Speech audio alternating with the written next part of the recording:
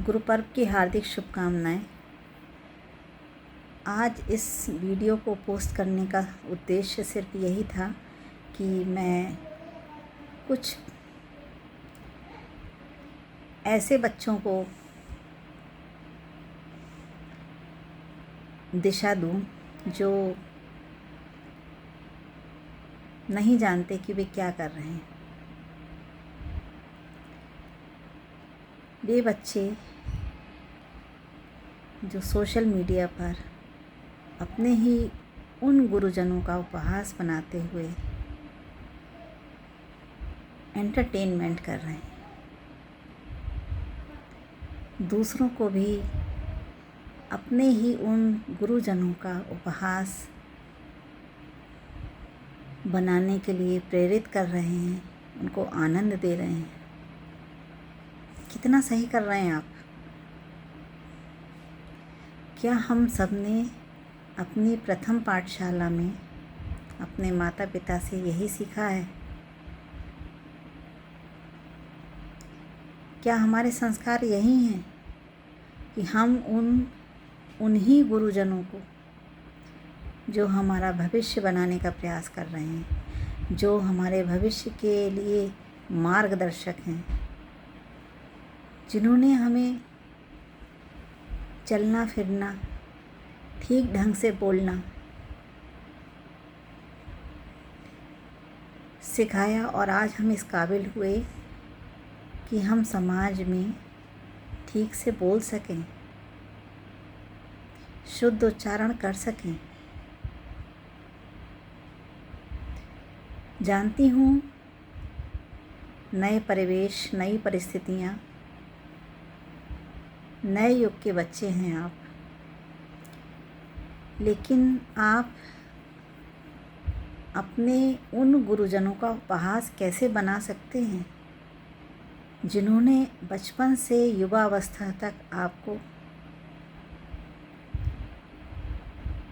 अपने गुरु ज्ञान से इस काबिल बनाया कि आप समाज में एक बेहतर जीवन जी सकें।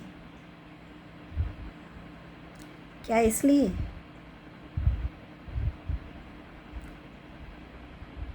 हम ये नहीं कहेंगे कि हमारा भी युग था? नहीं, सबका युग होता है, लेकिन हम इंसान हैं, स्वभाव तो वही है। आप सोशल मीडिया के द्वारा अपने विचारों से लोगों को अवगत कराते हैं। हमारे समय में सोशल मीडिया का इतना प्रचार प्रसार था ही नहीं,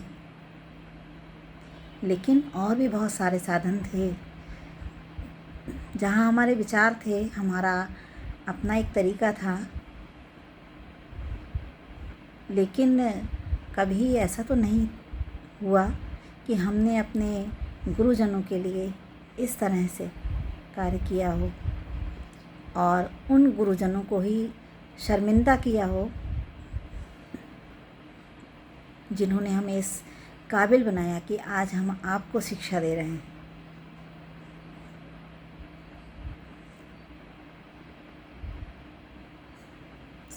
आपको ये पता भी होगा कि एक शिक्षक के द्वारा पढ़े हुए बच्चे समाज में विभिन्न पदों पर आसीन होते हैं। Doctor, engineers, civil service, army officers, बहुत सारे, लेकिन शिक्षक वही रहता है, उसी स्थान पर रहता है। तो समाज को बनाने का जो दायित्व है वो शिक्षक पर ही है। शिक्षक का भी निजी जीवन होता है, लेकिन फिर भी वो अपने कर्तव्य को सर्वोपरि रखता है। तो बस यही कि आप अपने बेहतर भविष्य को चुन रहे हैं। आप उस विद्यालय के उन शिक्षकों का ही उपहास बनाते हुए दिखाई दे रहे हैं जिन्होंने बचपन से युवावस्था तक आपको खड़े होना सिखाया, बात करना सिखाया, बोलना सिखाया, समझना सिखाया, परखना सिखाया, ज्ञान से परिपूर्ण करने का अथक प्रयास किया। लेकिन ये तो नहीं है ना कि आप उन्हीं शिक्षकों का उपहास बनाएं क्षणिक आनंद के लिए।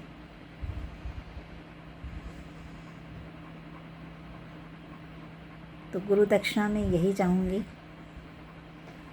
कि ये चीज़ ना करें, गलत है आपके भविष्य के लिए भी। कि जब हम किसी का उपहास बनाते हैं ना और उसको संज्ञान में नहीं होता है कि उसका उपहास बनाया जा रहा है, तो आप समझ सकते हैं कि वो उपहास हम तक लौट कर आता है।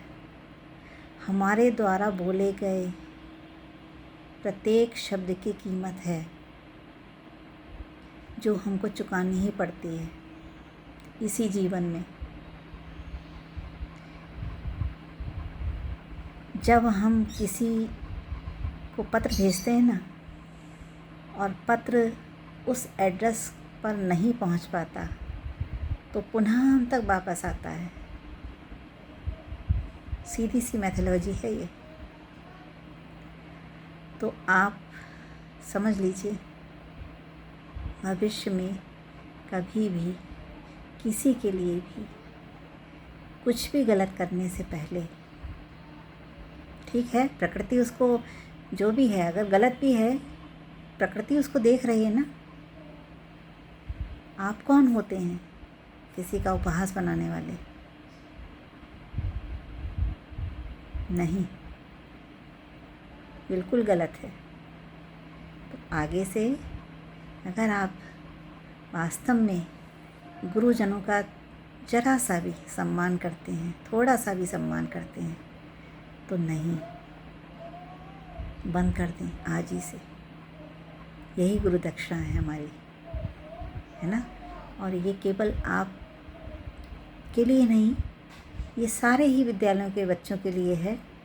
मैं सभी विद्यालय के बच्चों के लिए यही कहूँगी, जो भी बच्चे मुझे देखें वो मेरी इस बात को समझें कि नहीं, गलत है ये। आप किसी का भी उपहास बनाने के लिए नहीं आए हैं इस दुनिया में। खुद को एक इस्टेब्लिश पर्सन बनाने के लिए आए हैं आप, है ना। आपको खुद को देखना है, आपको अपना जीवन सुधारना है, लेकिन किसी का उपहास बनकर या उपहास बनाकर नहीं। ठीक है, तो आगे से ध्यान रखेंगे। Okay, God bless you.